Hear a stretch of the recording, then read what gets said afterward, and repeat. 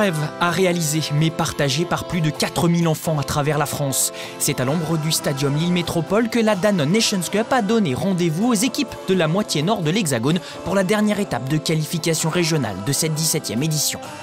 C'est vraiment un honneur d'être ici parce que c'est quand même une Coupe du Monde des U12, on peut dire. Et parce que si on se qualifie ensuite pour la nationale et qu'ensuite on se qualifie, on peut vraiment représenter la France et c'est vraiment exceptionnel.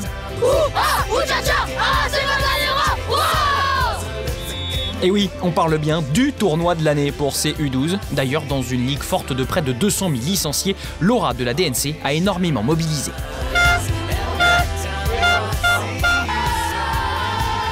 La qualification, le dernier jour, a un impact direct. Il y a une seule place, c'est clair et net. Il n'y a pas de finaliste, il n'y a rien du tout. Il y a le vainqueur de cette étape qui rejoindra tous les qualifiés depuis le début. Et puis Lille qui sera qualifié d'office en tant qu'organisateur pour la phase finale. C'est la journée la plus longue de l'histoire de la Danone Nations Cup puisqu'il y a 67 équipes au départ. Donc forcément, c'est énorme. Allez, pas de temps à perdre, vous l'aurez compris, plus de 200 matchs sont à disputer. Troisième match, Bichin. Quatrième match, Dunkerque. Cinquième match, Soma. Sixième match, Saint-Jean-de-Capelle. Voilà. Le compte est bon, 6 rencontres de qualification sont au programme pour tout le monde. Les 8 meilleurs se hisseront automatiquement en quart de finale. Un objectif pour beaucoup, mais pas le seul de cette journée. C'est vraiment qu'ils prennent du plaisir dans ce qui les passionne en fin de compte. Et puis, bien entendu, si on a la chance de pouvoir aller au bout, c'est que du bonheur. Mais bon, chaque match est une étape et puis que le meilleur gagne, quoi. Une philosophie qui porte ses fruits. À mi-parcours, les Normands sont invaincus et se forgent un statut d'outsider. Attendu aussi, forcément, le Racing Club de Lens, dont la formation est habituée à briller.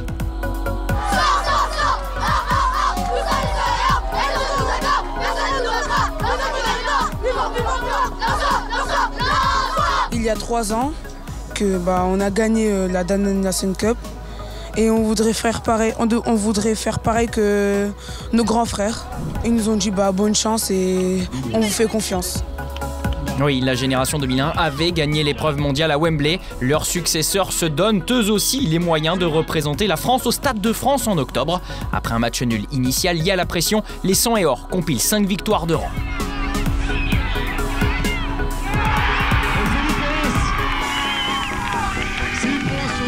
Lens tout en haut, ou presque, du classement, car une équipe réalise elle le sans faute, il s'agit de Torcy. On est resté sur une déception sur l'étape du Red Star, car après une grosse première partie de journée, donc on a fait quand même 6 matchs, 6 victoires, on a pris 4 bonus, on a été récompensé avec le challenge de l'offensive. Donc non, les garçons viennent ici pas dans un optique de revanche, mais plutôt pour essayer de faire mieux que la semaine dernière, tout simplement. C'est donc un bis repetita pour les banlieusards parisiens qui ont su saisir cette deuxième chance malgré un réveil à 5 h du matin pour faire la route.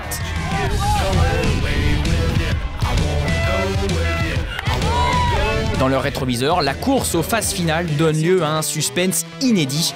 Pas moins de 11 équipes, dont les Rouennais, sont invaincus à l'issue des qualifications. Pour la première fois dans l'histoire de l'épreuve, 6 clubs vont devoir être départagés par leurs différences de but. C'est lui forcément. Le 8e dernier qualifié, c'est Armentières. Avec une différence de +9 et Seclin. Armentières rescapé mais impuissant au tour suivant contre Torcy. La surprise des quarts de finale vient en fait de l'élimination de Lens qui avait pourtant ouvert le score face à Saint-Quentin. Les joueurs de l'Aisne se qualifient 2-1 pour le dernier carré où ils affronteront Hasbrook. Je mets jamais la pression, je ne parle jamais de résultat, j'impose jamais un résultat. Par contre, j'impose un contenu de ce que j'attends. Et puis là, j'ai imposé quelque chose, on l'a fait, on en profite. Les enfants ils sont contents, l'éducateur, les parents, donc on va dire que c'est une bonne journée.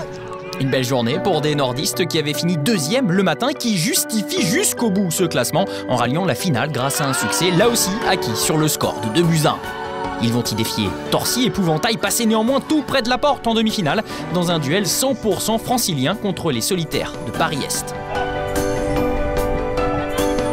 Je pense qu'on est sorti d'une grosse confrontation contre Solitaire qui s'est jouée, je pense, sur les nerfs à la fin et au tir au but. Une qualification par un trou de souris, donc 5 tirs au but à 4 qui servira d'acte fondateur.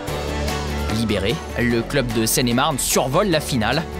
Bien lancé par Julien, auteur de son 8e but de la journée dès les premières secondes.